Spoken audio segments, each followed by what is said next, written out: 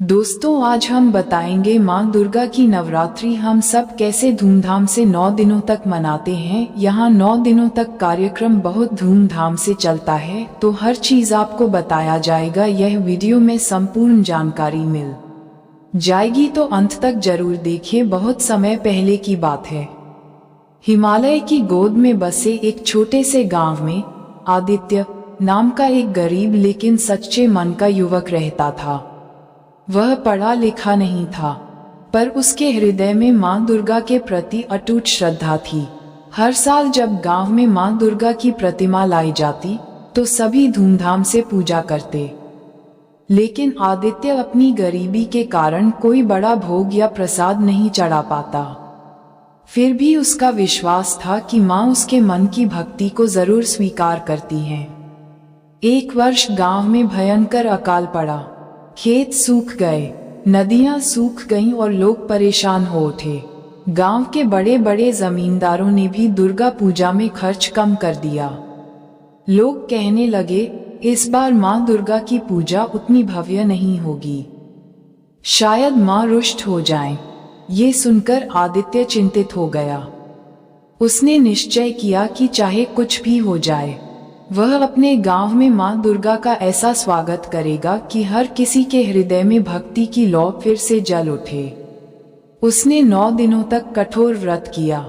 सुबह से शाम तक वह केवल नदी का जल पीकर माँ का नाम जपता रहा। उसके पास प्रतिमा स्थापित करने के लिए धन नहीं था। तब उसने मिट्टी से खुद अपने हाथों से माँ की एक छोटी सी प्रतिमा बनाई। प्रतिमा साधारण थी, पर उसमें उसका सच्चा प्रेम और आस्था समाई हुई थी।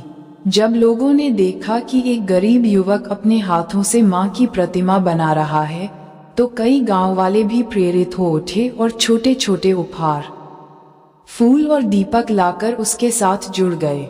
नवरात्रि के पहले दिन जब आदित्य ने माँ को प्रणाम किया, तो उसे ऐसा लगा मानो प्रतिमा मुस्कुराई हो। 9 दिनों तक गांव के लोग उस छोटी सी प्रतिमा के सामने एकत्र होकर भजन कीर्तन करने लगे। धीरे धीरे पूरे गांव का वातावरण बदल गया। लोग अकाल और कठिनाई भूलकर माँ के भजन में डूब गए। जिनके घरों में अन्न नहीं था, उनके लिए अन्य ग्रामीण अन्न बांटने लगे। माँ की भक्ति ने सबको एक परिवार की तरह जोड़ दिया। 8वें दिन की रात जब आदित्य ने माँ से प्रार्थना की, माँ मेरे गांव से दुख दरिद्रता मिटा दो, तो उसे स्वप्न में माँ दुर्गा का दिव्य दर्शन हुआ। माँ ने कहा, बेटा, भक्ति धन और वैभव से नहीं, हृदय की सच्चाई से होती है। तुम्हारे प्रेम ने मुझे यहाँ प्रकट होने पर विवश कर दिया। कल जब मेरा विसर्जन करोगे, तब वर्षा होगी और तुम्हारे गांव की धरती फिर से हरी भरी हो जाएगी। अगले दिन दशहरे पर जब प्रतिमा का विसर्जन करने की बारी हुई, तो आदित्य की आंखों में आंसू थे।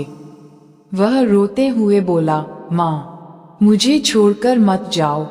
तभी अचानक तेज बादल गरजने लगे और झमाझम वर्षा होने लगी। सूखी धरती गीली हो गई, नदियां भरने लगीं और गांव के लोग हर्ष से झूम उठे।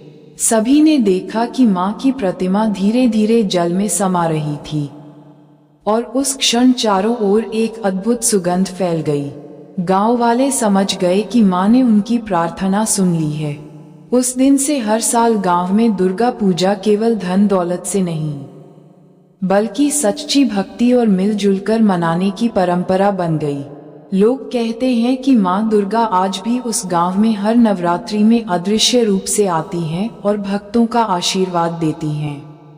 इस प्रकार आदित्य की निस्वार्थ भक्ति और माँ दुर्गा की कृपा से वह गांव न सिर्फ अकाल से उबरा, बल्कि भक्ति और भाईचारे का केंद्र भी बन गया।